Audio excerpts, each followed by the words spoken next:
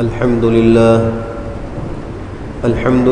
نحمده ونستعينه ونستغفره ونؤمن به ونتوكل عليه ونعوذ بالله من شرور أنفسنا ومن سيئات أعمالنا من يهده الله فلا مضل له ومن يضلله فلا هادي له ونشهد أن لا إله إلا الله وحده لا شريك له ونشهد أن سيدنا وحبيبنا ومولانا محمدًا عبده ورسوله صلى الله تعالى عليه وعلى آله وصحبه وأزواجه وذريته وبارك وسلم تسليما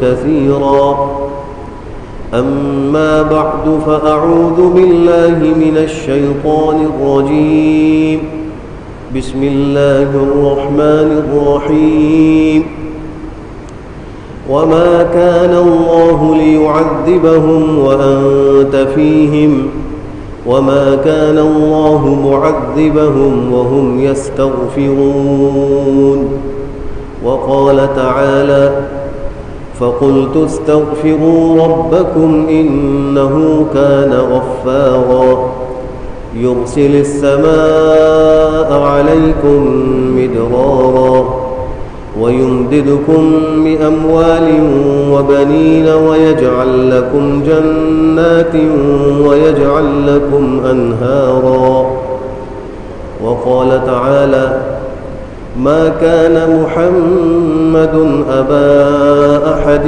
من رجالكم ولكن رسول الله وخاتم النبيين وكان الله بكل شيء عليما وقال رسول الله صلى الله عليه وسلم من لزم الاستغفار جعل الله من كل ضيق حرجا ومن كل هم فرجا ويرزقه من حيث لا يحتسب وقال رسول الله صلى الله عليه وسلم التائب من الذنب كمن لا ذنب له صدق الله مولانا العظيم وصدق رسوله النبي الكريم ونحن على ذلك من الشاهدين والشاكرين والحمد لله رب العالمين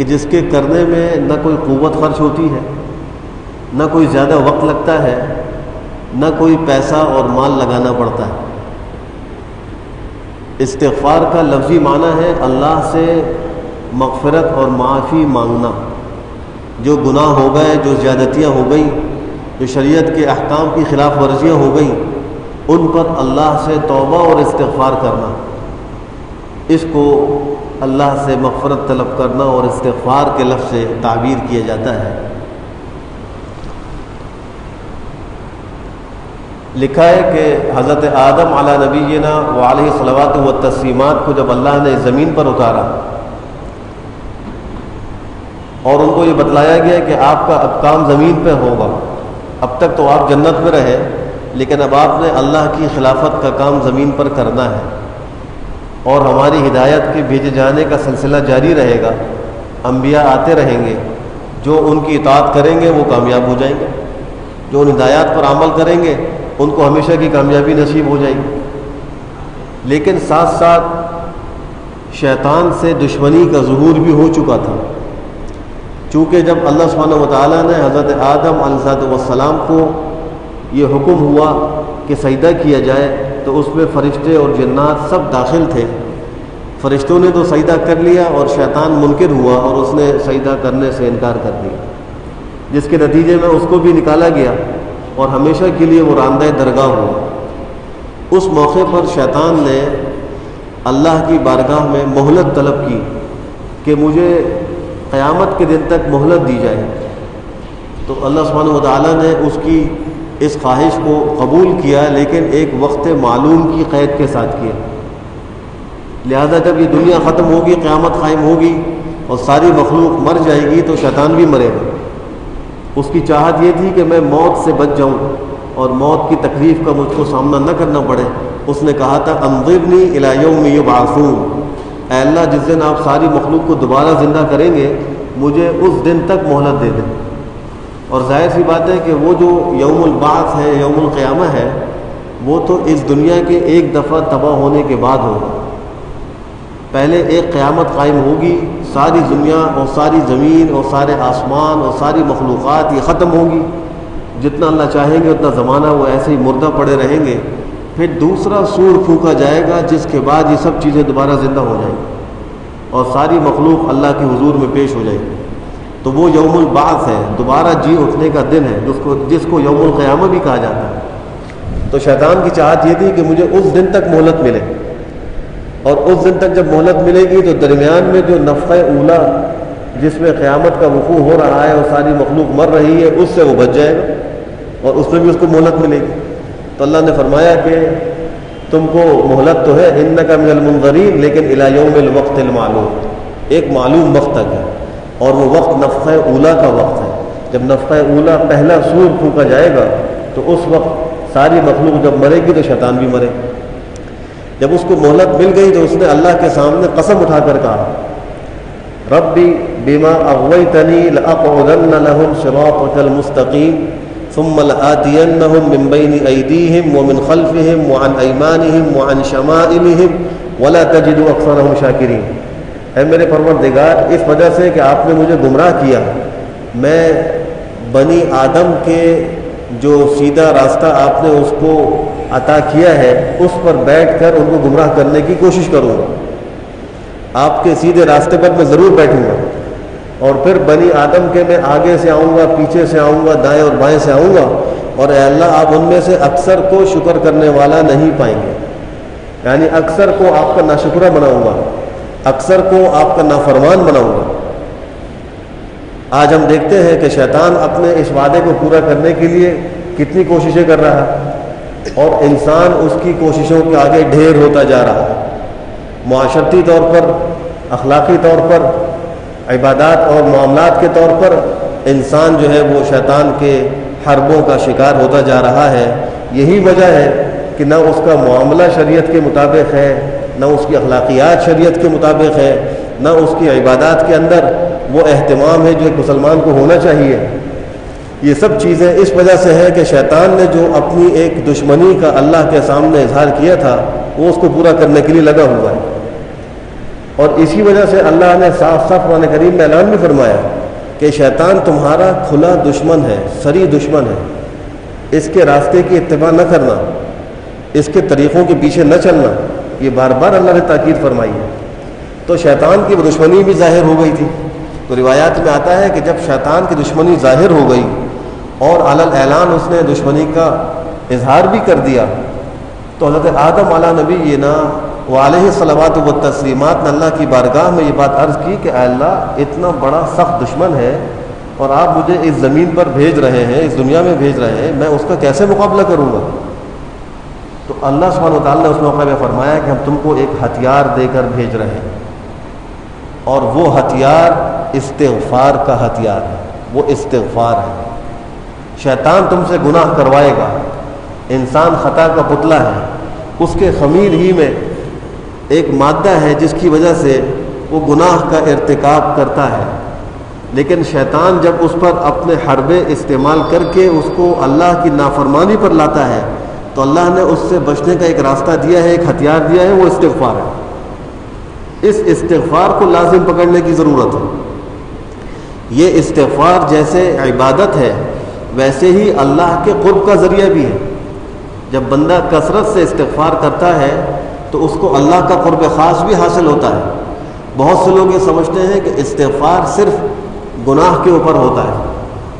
یاد رکھیے کہ استغفار مستقل ایک عبادت ہے۔ جناب نبی کریم صلی اللہ تعالیٰ علیہ وسلم سے خود یہ منقول ہے کہ وہ دن میں 70 دفعہ استغفار کیا کرتے تھے۔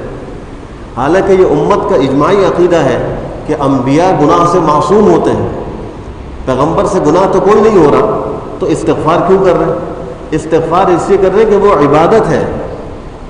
ہم اس بات کو سمجھیں کہ استغفار مستقل ایک عبادت ہے، ہم سے گناہ سرزد ہو یا نہ ہو، ہمیں یہ استغفار کی عبادت اختیار کرنی چاہیے، یہ اللہ کو بہت پسند ہے، اور اللہ اس استغفار سے بہت خوش ہوتے ہیں، کیونکہ اس میں بندہ اپنے آپ کو اللہ کے آگے جھکاتا ہے، عاجزی کا اظہار کرتا ہے کہ اللہ میں خطا کار ہوں، مجھ سے غلطی ہو گئی، اپنی غلطی کا اعتراف کر رہا ہوں، میں مجرم ہوں اور آپ کی بارگاہ میں مغفرت کا طلبگار ہوں۔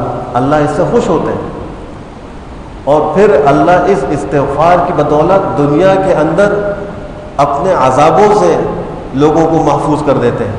تو یہ استغفار اللہ کے عذاب سے حفاظت کا بھی ذریعہ ہے۔ یہ سارے استغفار کے فائدے ہیں۔ پہلا فائدہ تو یہ ہے کہ اس سے ایک عبادت انسان کو حاصل ہوتی ہے اور وہ اللہ کی بارگاہ میں عابد شمار ہوتا ہے۔ دوسرا فائدہ یہ ہے کہ اس سے بندے کو اللہ سے قرب حاصل ہوتا ہے، اور تیسرا فائدہ یہ ہے کہ بندے جب استغفار کرے تو وہ اللہ کے عذاب سے محفوظ ہوتے ہیں۔ قرآن کریم میں اللہ سبحانہ وتعالیٰ نے سورہ انفال کی آیت میں جو خطبے میں نے تلاوت کی ہے، ارشاد فرمایا کہ وَمَا كَانَ اللَّهُ لِيُعَذِّبَهُمْ وَأَنْتَ فِيهِمْ، اے اللہ کے نبی، اللہ ان مشرکین کو عذاب دینے والا نہیں ہے اس حال میں کہ آپ ان کے درمیان میں موجود ہوں۔ یعنی نبی کی موجودگی بھی اللہ کے عذاب سے حفاظت کا ذریعہ ہے۔ جب تک کسی قوم اور ملت میں اور کسی علاقے میں اللہ کا نبی موجود ہوتا ہے، اس قوم اور اس علاقے میں اللہ کا عذاب نہیں آتا۔ اسی لیے گزشتہ اقوام پر جو اللہ کے عذابات نازل ہوئے تو پہلے اس قوم کے نبی کو اس شہر سے نکلنے کا حکم ہوا۔ حضرت لوط علیہ السلام کو حکم ہوا کہ آپ رات کے آخری حصے میں اپنے گھر والوں کو لے کر نکل جائیں، اس قوم پہ عذاب آنے والا ہے۔ تو جتنے بھی انبیاء گزرے ان کی قوم پر عذاب آئے، پہلے نبی کو وہ جگہ چھوڑنے کا حکم ہوا، پھر عذاب آئے۔ تو نبی کی موجودگی میں عذاب نہیں آتا۔ اہل مکہ پر بھی جب عذاب آئے تو وہ نبی کی ہجرت کے بعد آئے۔ جب تک پیغمبر ان کے درمیان میں موجود تھے، اہل مکہ بھی اللہ کے عذاب سے محفوظ تھے، اور اس کے بعد ان پر ہر قسم کے عذابات آئے، ان کو شکست بھی ہوئی، مغلوب بھی ہوئے، اور ان کا علاقہ بھی ان کے ہاتھ سے نکلا۔ تو ایک امان اللہ کے نبی کا وجود ہے، یہ اللہ کے عذاب سے امان ہے۔ دوسری امان فرمائی وَمَا كَانَ اللَّهُ مُعَذِّبَهُمْ وَهُمْ يَسْتَغْفِرُونَ، اللہ ان کو عذاب دینے والا نہیں ہے اس حال میں کہ وہ استغفار کرتے ہوں۔ تو استغفار سے اللہ کی حفاظت نصیب ہوتی ہے، اللہ کے عذاب سے بچاؤ نصیب ہوتا ہے۔ پھر اس استغفار کا فائدہ سورہ نوح میں اللہ نے یوں ذکر فرمایا کہ فَقُلْتُ اسْتَغْفِرُوا رَبَّكُمْ إِنَّهُ كَانَ غَفَّارًا۔ حضرت نوح علیہ السلام نے اپنی قوم کو سینکڑوں سال دعوت دی، کئی 100 سال تک دعوت دیتے رہے، تو اس میں وہ کہتے ہیں کہ میں نے اللہ ان کو یہ بھی کہا ہے کہ استغفروا ربکم، اپنے پروردگار سے اپنے گناہ بخشواؤ، انہ کان غفارا، اللہ بہت زیادہ معاف کرنے والے ہیں اور معاف کرنے کے عمل کو پسند کرتے ہیں۔ شب قدر کی جو دعا منقول ہے اس میں پیغمبر نے یہ ارشاد فرمایا اپنی چہیتی اور محبوبہ زوجہ محترمہ حضرت عائشہ صدیقہ رضی اللہ تعالی عنہا کو، جب انہوں نے پوچھا تھا کہ اگر میں شب قدر پاؤں تو کیا دعا مانگوں، آپ نے فرمایا یہ دعا مانگو، اللہم انک عفو تحب العفو فاعف عنی، اے اللہ آپ بہت معاف کرنے والے ہیں اور معافی کے عمل کو پسند کرتے ہیں۔ تو مطلب یہ ہوا کہ اللہ استغفار کو پسند کرتے ہیں کہ اس کے نتیجے میں اللہ کی معافی انسان کو حاصل ہوتی ہے۔ پھر اس کے بعد فرمایا کہ یرسل السماء علیکم مدرارا، اللہ تم پر آسمان سے موسلا دھار بارشیں بھیجے گا، برسائے گا کہ قحط سالی دور ہو جائے گی۔ وَيُمْدِدْكُمْ بِأَمْوَالٍ، اللہ تمہاری امداد کرے گا اموال سے، مال بڑھائے گا۔ وَبَنِينَ، اللہ تم کو بیٹے دے گا۔ وَيَجْعَلْ لَكُمْ جَنَّاتٍ، اللہ تمہارے لیے باغات لگائے گا۔ وَيَجْعَلْ لَكُمْ أَنْهَارًا، اللہ تمہارے لیے نہریں جاری کر دے گا۔ یہ سب استغفار کے فائدے و ثمرات۔ تو اللہ تک پہنچنے کے آسان ذرائع میں تیسرا اہم ترین ذریعہ وہ استغفار ہے، اس کو اختیار کرنے کی ضرورت ہے۔ آج ہم سے گناہ تو بہت زیادہ ہو رہے ہیں، لیکن اس کے مقابلے میں جتنا استغفار ہونا چاہیے وہ نہیں ہو رہا۔ اس کی ایک بڑی وجہ یہ ہے کہ ہم بہت سے گناہ کرتے ہیں، اسے گناہ بھی نہیں سمجھتے۔ جب کسی گناہ کے گناہ ہونے کا احساس نہیں ہوگا تو استغفار کی توفیق بھی نہیں ہوگی۔ اس لیے کثرت سے استغفار کو حرز جان بنائیے۔ حدیث شریف میں فرمایا من لازم الاستغفار، جس نے استغفار کو لازم پکڑا، جعل اللہ من کل ضیق مخرجا، اللہ اس کے لیے ہر تنگی سے نکلنے کا راستہ نکالیں گے۔ ومن کل ہم فرجا، اللہ اس کے ہر غم کو دور کریں گے۔ ويرزقه من حيث لا يحتسب، اللہ اس کو ایسی جگہ سے روزی دیں گے کہ اس کو خیال بھی نہیں ہو۔ تو مشکلات اور مصائب کا حل وہ استغفار ہے، اور قحط سالی اور بے روزگاری اور مال کی کمی کے دور کرنے کا حل اور اس کا ذریعہ یہ استغفار ہے۔ چوتھا عمل وہ استعاذہ ہے، استعاذہ، اللہ کی پناہ طلب کرنا۔ قرآن کریم کے آغاز سے پہلے ادب یہ ہے کہ انسان پڑھے اعوذ باللہ من الشیطان الرجیم، یہ صرف کلام الہی کا خاصہ ہے۔ کسی اور کلام کے شروع میں اعوذ باللہ کا پڑھنا یہ منع ہے۔ صرف قرآن کریم کے لیے فرمایا کہ اذا قرأت القرآن فاستعذ باللہ من الشیطان الرجیم، اور بقیہ کوئی بھی کلام ہو تو اس کے آغاز سے پہلے بسم اللہ الرحمن الرحیم پڑھنا چاہیے۔ ہر کام کے آغاز میں بسم اللہ پڑھنے کا حکم ہے، لیکن قرآن کریم کے آغاز میں بسم اللہ سے پہلے اعوذ باللہ پڑھنے کا ذکر ہے۔ یہ اعوذ باللہ صرف شیطان کو بھگانے کے لیے نہیں ہے، بلکہ ہر مصیبت سے بچنے کے لیے استعاذہ کا حکم۔ آج انسان پر مختلف قسم کی آزمائشیں اور مصائب آ رہے ہیں، بعض بیماریوں کی صورت میں، بعض جو ہے وہ حادثات کی صورت میں، بعض جو ہے وہ آفات کی صورت میں، بعض معاشی صورت میں، یہ مختلف مصائب ہیں۔ ان سب کے اندر بھی استعاذہ ہونا چاہیے، ان کے لیے بھی اللہ کی پناہ کا انسان کو طلبگار ہونا چاہیے۔ خالی یہ نہیں کہ بس شیطان اور وسوسہ آ رہا ہے تو قرآن کریم پڑھنا چاہ رہا ہے تو وہ تعوذ پڑھ رہا ہے اور استعاذہ کر رہا ہے۔ ہر کام کے لیے گھر سے نکلے، اے اللہ میں گھر سے نکل رہا ہوں، میں ہر شر سے آپ کی پناہ کا طلبگار ہوں، اے اللہ ہر قسم کے حادثات سے میں آپ کی پناہ کا طلبگار ہوں۔ اور یہ جو تعوذ کا ترجمہ ہے، اس کے ترجمہ کرنے میں بھی بہت سے لوگ غلطی کرتے ہیں۔ اعوذ باللہ من الشیطان الرجیم کا ترجمہ یہ ہے کہ میں اللہ کی پناہ چاہتا ہوں شیطان مردود سے، یہ ترجمہ ٹھیک اور درست ہے۔ بعض لوگ یوں اس کا معنی کرتے ہیں کہ میں اللہ سے پناہ چاہتا ہوں شیطان مردود کی، یہ ترجمہ بالکل غلط ہے۔ اس سے اور کی کے فرق سے معاملہ بالکل برعکس ہو گیا، اس لیے کہ ایک ہے مستعیر یعنی اللہ کی پناہ طلب کرنے والا، اور ایک ہے مستعاذ منہ جس چیز سے اللہ کی پناہ طلب کی جا رہی ہے، اور ایک وہ ذات ہے جس سے درخواست کی جا رہی ہے کہ ہمیں اپنی پناہ میں لے لیں۔ تو یہ تین چیزیں ہو گئی. مستعیذ یہ مخلوق ہے، بندے ہیں جو اللہ کے آگے کہتے ہیں کہ اعوذ باللہ، یا اللہم انی اعوذ بک، اللہم انی اعوذ بک. یہ دعائیں جو سکھلائی گئی ہیں یہ پڑھنے والا سب مستعیذ میں شامل ہے. اور مستعاذ اللہ کی ذات ہے، اس لیے کہ استعاذہ اللہ کی بارگاہ میں ہوتا ہے. اور مستعاذ منہ وہ شیطان ہے. تو مستعاذ منہ کو سے تعبیر کرتے ہیں اردو میں سے، اور مستعاذ کو کی سے. تو اعوذ باللہ میں پڑھنے والا مستعیذ ہے، وہ کہے گا میں اللہ کی پناہ چاہتا ہوں، اس لیے کہ اللہ مستعاذ ہے. اور شیطان مستعاذ منہ ہے، شیطان مردود سے. اے اللہ میں آپ کی پناہ چاہتا ہوں شیطان مردود سے. اے اللہ میں آپ کی پناہ چاہتا ہوں فخر و فاقے سے. اے اللہ میں آپ کی پناہ چاہتا ہوں ہر قسم کے حادثات سے. تو دعا میں اگر کوئی شخص اردو میں پڑھ رہا ہے تو اس کا خیال کرے کہ وہ کی اور سے کے اندر فرق کرے. تو شیطان کے ساتھ سے کا لفظ لگے گا، اللہ کے لیے کی کا لفظ لگے گا. انسان کے اوپر تین زمانے آتے ہیں، ایک زمانہ ماضی ہے، ایک حال ہے، ایک مستقبل ہے. یہ چار چیزیں بیان کی گئیں، شکر، صبر، استغفار، استعاذہ. ان چار چیزوں میں سے استغفار کا تعلق زمانے ماضی سے ہے. انسان گزشتہ زمانے میں کیے ہوئے گناہوں پر اللہ کی بارگاہ میں استغفار کرتا ہے. صبر اور شکر اس کا تعلق زمانے حال سے ہے، اس لیے کہ ہر شخص موجودہ زمانے میں دو حالتوں میں سے کسی ایک حالت میں ہوگا. یا نعمت میں ہوگا یا وہ زحمت میں ہوگا، یا راحت میں ہوگا یا تکلیف میں ہوگا، چین و سکون میں ہوگا یا مصیبت میں ہوگا. یہی دو حالات. ان میں اگر چین و سکون اور رحمت ہے تو اس کا جو عمل ہے وہ شکر ہے. اگر خدا نہ خواستہ مصیبت، بیماری، تکلیف ہے تو اس کا عمل ہے صبر. تو شکر اور صبر زمانہ حال سے متعلق. اور استعاذہ مستقبل کے اندیشے، آئندہ کے خطرات. بہت سے لوگ ہیں مختلف خطرات اور خدشات کے بارے میں شکوک و شبہات میں مبتلا رہتے ہیں کہ آئندہ کیا ہوگا، ہمارے بچوں کا مستقبل کیا ہوگا، ہمارا مستقبل کیا ہوگا. تو اس آئندہ زمانے کے لیے عمل ہے استعاذہ.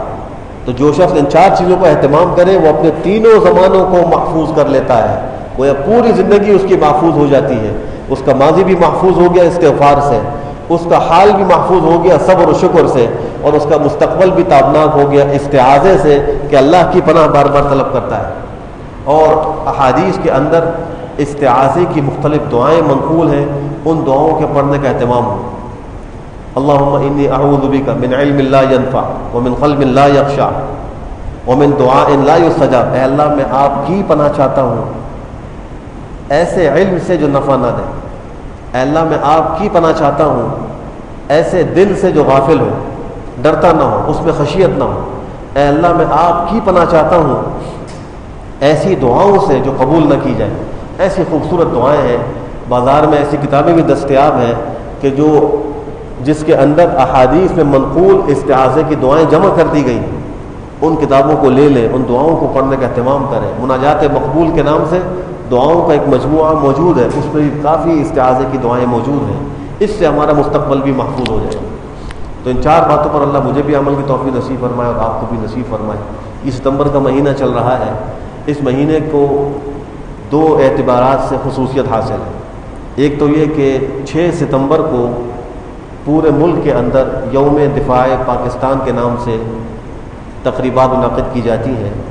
اور 1965 میں آج سے تقریباً 56 سال پہلے بھارت جب اپنے ناپاک ارادوں کو پورا کرنے کے ارادے سے بغیر کسی اعلان کے پاکستان کی طرف بڑھا تھا، تو ہماری بہادر اور ذمہ دار افواج نے اس کا بھرپور جواب دیا اور اس کو اس موقع پر شکست کا منہ دیکھنا پڑا. کئی ہمارے جوان انہوں نے اس موقع پر شہادتوں کا تمغہ بھی اپنے سینوں پر سجایا، جن میں راشد منہاس ہیں، فلائٹ آفیسر تھے، اسی طریقے سے عزیز بھٹی ہیں اور سرور شہید ہیں. بہت سارے حضرات جن کو تمغہ حیدر بھی دیا گیا اور ان کو ستارہ حیدر دیا گیا، جو پاکستان کا جو فوجی اعلیٰ اعزاز ہے. تو اس دن میں ان شہداء کو یاد کیا جاتا ہے، ان کی قربانی کو یاد کیا جاتا ہے. ہر پاکستانی کی یہ ذمہ داری ہے کہ وہ اس بات کو سمجھے کہ یہ ملک جو ہمیں حاصل ہوا اس میں بھی بڑی قربانیاں لگی تھی. پھر اس ملک کے دفاع میں بھی بڑی قربانیاں لگی ہیں. آج بھی اس کے دفاع میں جوان اور مختلف فورسز کے لوگ اور مختلف جو ہے وہ مسلمان اپنی بہادری کا اور اپنی شہادت کا نذرانہ پیش کر کے دفاع وطن کی بھرپور خدمت انجام دے رہے ہیں. ہم سب کا یہ عزم ہونا چاہیے کہ اللہ نے ہمیں یہ ملک محض اپنے فضل سے ایک نعمت کے طور پر عطا کیا ہے. اس کے دفاع کے لیے ہم سے جو ہو سکے ہم اس دن کے اندر اس بات کا عزم کریں اور اس بات کا اہتمام کریں کہ ہم سے جو کچھ ہوگا ہم اس ملک کے دفاع کے لیے وہ کرنے کو تیار ہوں گے اور ہر قسم کی قربانی ہم دیں گے. اس اعتبار سے بھی اس مہینے کو خصوصیت حاصل ہے. دوسرے 7 ستمبر 1974 کو ہماری پارلیمنٹ نے قادیانیوں کو اقلیت قرار دیا تھا. ایک مسلمان کے بنیادی عقائد میں ایک عقیدہ ختم نبوت کا عقیدہ ہے، جس کا مطلب یہ ہے کہ جناب نبی کریم صلی اللہ تعالیٰ علیہ وسلم کے بعد قیامت تک کسی قسم کا کوئی نیا نبی نہیں آئے گا. اللہ سبحانہ و تعالیٰ نے آپ پر نبوت کو ختم فرمایا. اب کوئی بھی نیا نبی نہیں آئے گا. قیامت کے قریب حضرت عیسیٰ علیہ السلام کا آسمان سے نزول ہوگا، لیکن وہ نئے نبی کے طور پر نہیں ہوں گے. ان کی نبوت تو پرانی ہے. وہ ہمارے نبی کے خلیفہ کے طور پر آئیں گے اور ہمارے نبی ہی کی شریعت اسلامیہ کا نفاذ کریں گے اور وہ پیغمبر ہی کی نیابت کا کام کریں گے. انگریز نے مسلمانوں کے اسلام پر ڈاکہ ڈالنے کے لیے مرزا غلام قادیانی کے نام سے ایک شخص کو کھڑا کیا. اس نے بتدریج نبوت کا دعویٰ کیا. پہلے اس نے اپنے آپ کو کہا کہ میں مہدی ہوں، پھر کہا کہ میں عیسیٰ مسیح ہوں، اور پھر آخر میں کہہ دیا کہ میں نبی ہوں. یہ جو قادیانی ہے اس کے ماننے والے ہیں، اس کے متبعین ہیں، ان کو یہ باقاعدہ پڑھایا گیا ہے اور ان کے عقائد میں یہ شامل ہے کہ وہ پیغمبر کے صحابہ کی طرح اپنے جھوٹے مدعی نبوت کے ماننے والوں کو صحابہ کا نام دیتے ہیں. جھوٹے مدعی نبوت کی ازواج کو امہات المومنین کا نام دیتے ہیں اور اس کی باتوں کو وحی کا مرتبہ دیتے ہیں.